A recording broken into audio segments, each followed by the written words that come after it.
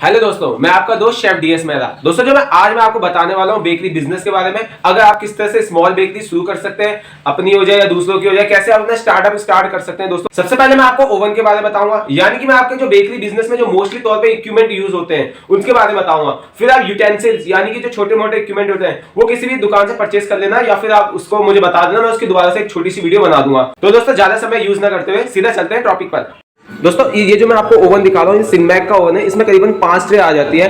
अगर आप एक नॉर्मल छोटी सी बेकरी स्टार्ट करते हो तो ये देखिए, तो देखिए दोस्तों मैं आपको दिखा देता हूँ। 1 2 3 4 5, यहाँ पे 5 ट्रे आती है। तो इस 5 ट्रे के हिसाब से इस ओवन में पकता सामान जो भी है आप कुछ भी बना सकते हो अपने हिसाब से, क्योंकि एक ही बार में सब कुछ पक जाता है टेम्परेचर लगा के। दोस्तों जो मैं आपको ओवन दिखा रहा हूँ, सिनमैक का ओवन है। इसमें 5 ट्रे आती है और एक बार इसका टेम्परेचर लग जाता है। अगर आप छोटी सी बेकरी स्टार्ट करते हो तो आप ऐसा ओवन ले सकते हो। जल्दी नहीं कह रहा कि सिनमैक का लीजिए, किसी भी चीज का लीजिए ओवन।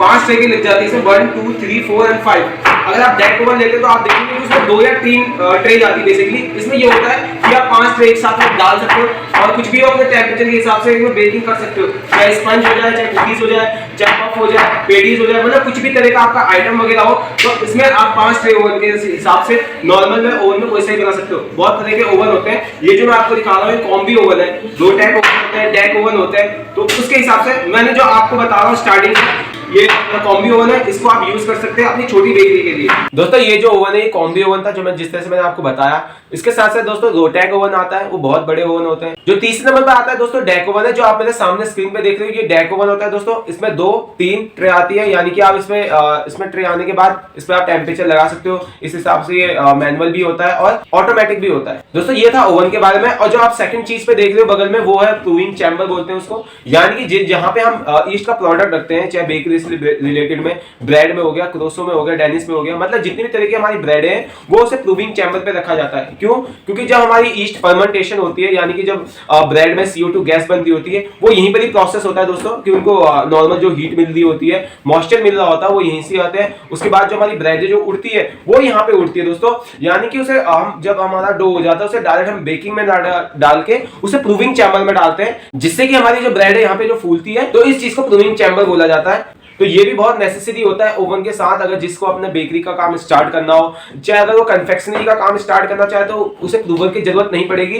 कन्फेक्शनरी मतलब जहाँ पे केक, पेस्ट्री, डेजर्ट का काम होता हो, वहां पे उसको प्रूविंग चैम्बर की जरूरत नहीं है। लेकिन अगर वो बेकरी का काम स्टार्ट कर रहा है, जैसे कि ब्रेड है, क्रोसो है, मतलब ब्रेड से रिलेटेड किसी में भी आइटम है, तो उसे प्रूविंग चैम्बर की जरूरत पड़ेगी, क्योंकि उसे प्रॉपर मॉइस्चर, प्रॉपर अपना परफेक्ट क्वालिटी देने के लिए हमें ये प्रूविंग चैम्बर की मशीन की जरूरत पड़ती है। तो दोस्तों जो तीसरे में मैं आपको बताने वाला हूँ वो है पैलेंट्री मिक्सचर। अब देखिए पैलेंट्री मिक्सचर भी कई प्रकार के होते हैं। इसमें 3 तरह के पैडल भी लगता है, इसमें हुक भी लगता है और विस्क भी लगता है, यानी कि क्रीम भी फेंट देगा, आपका डो भी हो जाएगा, और अगर कुकीज से रिलेटेड है, ये तीनों काम कर देता है। अब इसके रेंज देख लेते हैं दोस्तों। ये अपने 5 लीटर से स्टार्ट होता है, फिर 10, फिर 20, फिर 30, ऐसे करके ये 10-10 लीटर से ऊपर बढ़ता चला जाता है। वो आप देख लीजिए आपको कितना लेना है या फिर किस तरह से आपको परचेस करना है।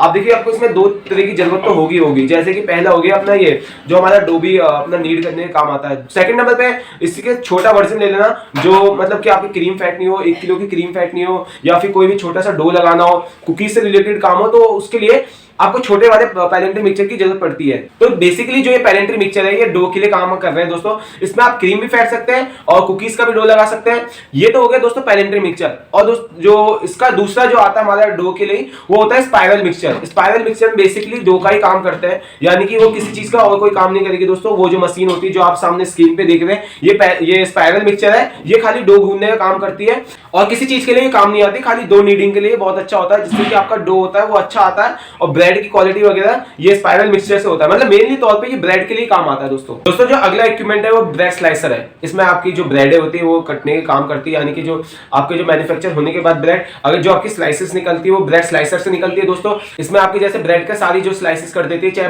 अपनी जंबो ब्रेड हो गई या फिर white bread, multigrain bread, whole wheat bread, brown bread, कोई सी ब्रेड हो गई, ये स्लाइसिंग का काम करती है दोस्तों। इसमें आप ऊपर से जब इसमें ब्रेड डालते हो तो नीचे से स्लाइस होकर आता है। सो ये भी हमारे बेकरी के लिए बहुत इंपॉर्टेंट पार्ट है। जिस तरह से मैंने बताया कि आपको अगर बेकरी स्टार्ट करते हैं तो आपको ब्रेड स्लाइसर की भी जरूरत पड़ती है। दोस्तों ब्रेड स्लाइसर भी कई रेंज में आता है, स्मॉल में आता है, बिग में आता है। आप अपनी बेकरी के हिसाब से देखना। अगर आपको छोटी बेकरी स्टार्ट करनी हो तो आप छोटा सा ब्रेड स्लाइसर लेना, यानी कि ज्यादा बड़ा मत लेना, क्योंकि बेकरी मिनिमम स्टार्टिंग हम जब करते हैं तो हम स्मॉल इक्विपमेंट से करते हैं, जिससे कि जैसे हमारी ग्रोथ बढ़ती चली जाती है उसके हिसाब से हम अपने अपने जो इक्विपमेंट है, क्वालिटी है, प्रोडक्ट है, वो भी बढ़ाते चले जाते हैं। लेकिन जो हमारी सबसे पहले जो नीड होती है कि हम जो स्मॉल तरीके से शुरू करते हैं तो हम सब कुछ मेजर करके चलते हैं कि हाँ इतना हमारा सेटअप में सब कुछ हो जाएगा और इतनी हमारी जो रेंज है या फिर जो एरिया है वो आराम से कवर हो जाएगा। दोस्तों जो मैंने आपको ये जो इक्विपमेंट बताए ये मोस्टली तौर पे जो बेकरी में यूज हो जाते हैं, क्योंकि इसके अलावा और भी बहुत सारे इक्विपमेंट हैं, जैसे कि चॉकलेट गर्म करने के लिए, टेम्परिंग चॉकलेट के लिए चाहिए होता है, माइक्रोवेव चाहिए होता है, गैस चाहिए होता है। वो तो बेसिकली तौर पे छोटे मोटे इक्विपमेंट्स है, वो तो जरूरत होती है नहीं भी होती है, बट जो मैंने आपको ये दिखाया है, जो मैं आपको बता रहा हूँ, ये मोस्टली तौर पे बेकरी स्टार्टअप के लिए बहुत ज्यादा जरूरत हो जाती है। अब दोस्तों कई लोग बोलते हैं कि इनका प्राइस कितना होगा या फिर कितने अच्छे इक्विपमेंट है, क्या इनकी वारंटी है। आपको मैं एक चीज बता देता हूँ, जो मिनिमम तौर पे वारंटी या गारंटी होती है वो 1 साल की होती है मिनिमम, चाहे वो कोई से भी इक्विपमेंट क्यों ना हो, चाहे ओवन से रिलेटेड क्यों ना हो या फिर किसी भी तौर पे रिलेटेड क्यों ना हो, उनकी 1 साल की मिनिमम गारंटी रहती है। अब एक बात रही प्राइस की। दोस्तों हर कंपनी का अलग अलग प्राइस होता है, चाहे बाहर की कंपनी है दोस्तों, जो हमारी जो मोस्टली तौर पे आप पहले देख लीजिए, जो हमारी बेकरी हो बाहर से आई हुई है, तो मोस्टली तौर पे मैन्युफैक्चर जो करती है कंपनी बेकरी से इक्विपमेंट, वो सारे बाहर की कंपनी करती है। इंडिया की जो कंपनी होती है उनके प्राइस सस्ते होते हैं और बाहर की जो अपने मैन्युफैक्चर करती है बेकरी से रिलेटेड उनके प्राइस थोड़ा ऊपर होते हैं। अगर मैं ओवन की कंपनी की बात करूं तो स्पेन की जो कंपनी है साल्वा, वो बहुत ही अच्छी कंपनी है दोस्तों। वो बहुत ही मतलब अगर आपने साल्वा ले लेते हो तो इसका ये मतलब है कि आपने 10-12 साल तक भूल जाओ कि आपके ओवन में कोई भी दिक्कत आने वाली है।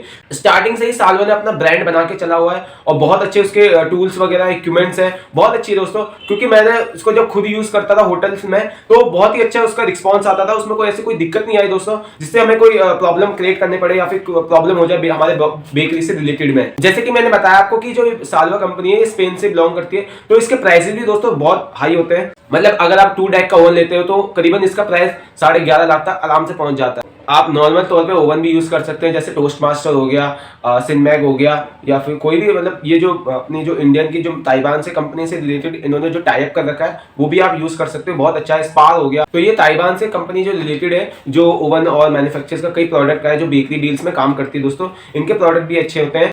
और बाकी तो आप अपने सोच के हिसाब से जो अपने मैन्युफैक्चर जो आसपास के इक्विपमेंट जो सेल करते हैं उनके हिसाब से आप भी पता कर सकते हैं दोस्तों कि आपके लिए कौन सा बढ़िया रहेगा ओवन, चाहे रोटेक ओवन हो, चाहे डेक ओवन हो, चाहे भी कॉम्बी ओवन हो, किससे रिलेटेड में अच्छा रहेगा दोस्तों। क्योंकि जो हमारा मोस्टली तौर पे जो बेकरी में यूज होता है वो ओवन ही होता है, क्योंकि अगर हमारी जो मेन पार्ट है यानी कि जो रीढ़ की हड्डी है वो ओवन है। अगर हमारा ओवन खराब हो जाता है तो ऐसा कोई प्रोडक्ट नहीं है जिससे हम बिना ओवन के बना सके।